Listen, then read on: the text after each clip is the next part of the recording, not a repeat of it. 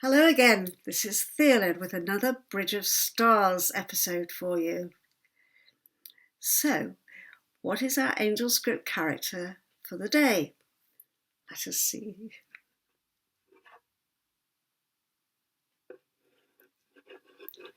Celebration!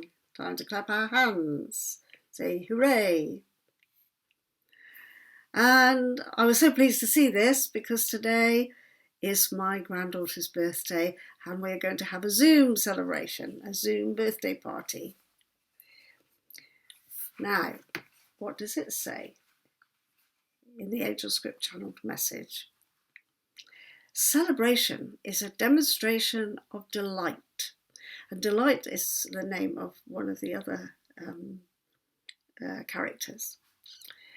When we are grounded in light, our feet dance and our voices sing.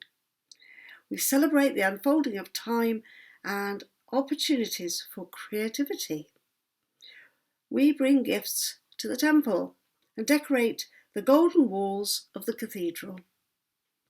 All those who arrive have dressed in their finest clothes. They bring instruments and wine. Then the music begins and the singing lifts the hearts of those who celebrate the cornucopia of heaven and earth. We may celebrate the divine at home or gather with our friends. We dance joyously alone or with partners. We sing quietly to ourselves or raise a great chorus. The celebration is ordained by the divine and we must partake regularly. Those who never stop to celebrate have forgotten to acknowledge the gifts which are constantly and freely given. So that's a very wonderful message for what's going on at the present time, because we do need to keep celebrating, and religious buildings, for example, have all been closed down, churches and synagogues and mosques. So the faithful need to turn inwards and make their own prayers, make their own homes. And that reminds me of what happened to the Jewish people because they lost their temple in 70 years after Jesus was born, usually called 70 AD, but nowadays the academics call this 70 CE, meaning in the Common Era, not the Christian era. So after Jesus, 70 years after Jesus, and it seemed almost as though he had predicted this, the temple in Jerusalem was completely destroyed, and the work of the high priests and all the celebrations there with ritual sacrifices just went. So what happened then for the Jewish people was that they had to make celebrations in their own homes. And that's one of the interesting things. I mean, nowadays Jewish people do have synagogues, but the Shabbat meal is celebrated in the house. And what always interested me was that gave the woman more of a role to play, because she was the one who was preparing the meal and polishing the silver. And so the house became a miniature temple, and both the male and the female members of the household, the husband and the wife, they both participated in creating that Sabbath evening celebration. So not to be able to go out to celebrate to restaurants or other places where we might hold a party, whether it's a hen party or a birthday party or the celebration of somebody who's reached a special decade, all those things that we like to celebrate in person are challenged right at the moment. And so we have to think again. But what's interesting to me about the birthday party that's happening for my granddaughter is that quite a few people will be attending who would not have gone to the birthday party in actuality because it would be such a long way for them to travel. But now they can join in the birthday party because it's going to be on Zoom. So there's something quite magical about that. And all those celebrations that went on, hundreds and thousands of years ago, which were related to the changing seasons of the agricultural year, a lot of our celebrations, like May Day that's just gone, for example, or this celebrations for the coming of spring or the summer, they were community celebrations which happened at certain times perhaps when the harvest was coming in, for example. Now, a couple of thousand years later, after the height of sort of agricultural development, we are moving into the age of Aquarius. It's a different kind of vibe. It's a different kind of world that we're moving into.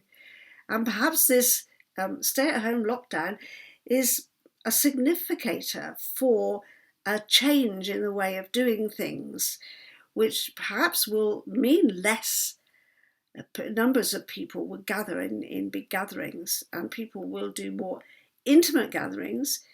But when they want to gather in large gatherings, they may be doing it online.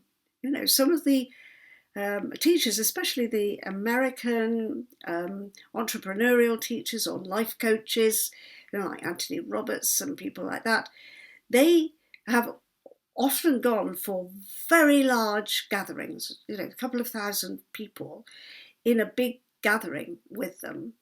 And that's a very powerful thing to do, especially if the teacher is very charismatic.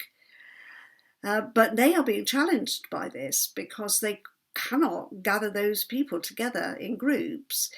So they are now looking at, how do we do this using the internet? How do we connect people?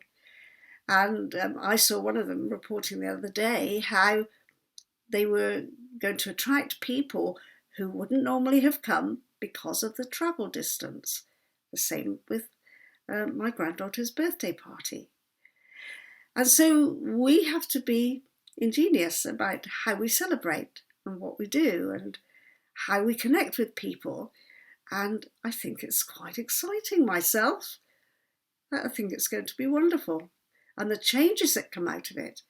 Yesterday on the British radio news, I heard how our government here in the UK are going to pour much more money into pavements and cycling tracks because the public transport is going to be challenged because of social distancing.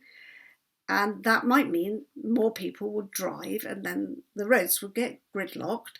So lots of people have been experiencing the pleasures of walking or cycling, perhaps to work. And so they're going to put more infrastructure to encourage that to happen. So here we are. We've got a big green effort, which might not have happened, and it's happening because of this virus. So all change, and welcome all change, celebrate all change. It's tricky to go through change, just like it's tricky for a snake when it's wriggling off its old skin and it wants to come out all bright, new and shiny. That's what we're doing. So celebrate it. Take joy in it. Let me find you Bridge of Stars quotation for the day. And it comes from, it's a hefty book. It's a hefty book to manoeuvre. Come on. Splendid book. I love it. It comes from a favourite poet of mine. And it's called Open Road. And I chose it because it describes the situation we're in. We're travelling. We're travelling on an open road. I'm not sure how the journey's going to unfold. Afoot and light-hearted, I take to the open road. Healthy, free, the world before me. The long brown path before me, leading wherever I choose. Henceforth, I ask not good fortune. I myself am good fortune. Henceforth, I whimper no more. Postpone no more. Need nothing. Done with indoor complaints, libraries, querulous criticisms. Strong and content, I travel the open road. So that's from Walt Whitman's poem, Song of the Open Road. Walt Whitman lived in the late 1800s, and he was a very remarkable and visionary poet. I recommend him to you if you don't know his work already. So we're travelling the open road, and we're not querulous, and we're not critical, and we're not complaining, and then we're not whimpering. We are strong and content, and we are our own good fortune. Stay joyous.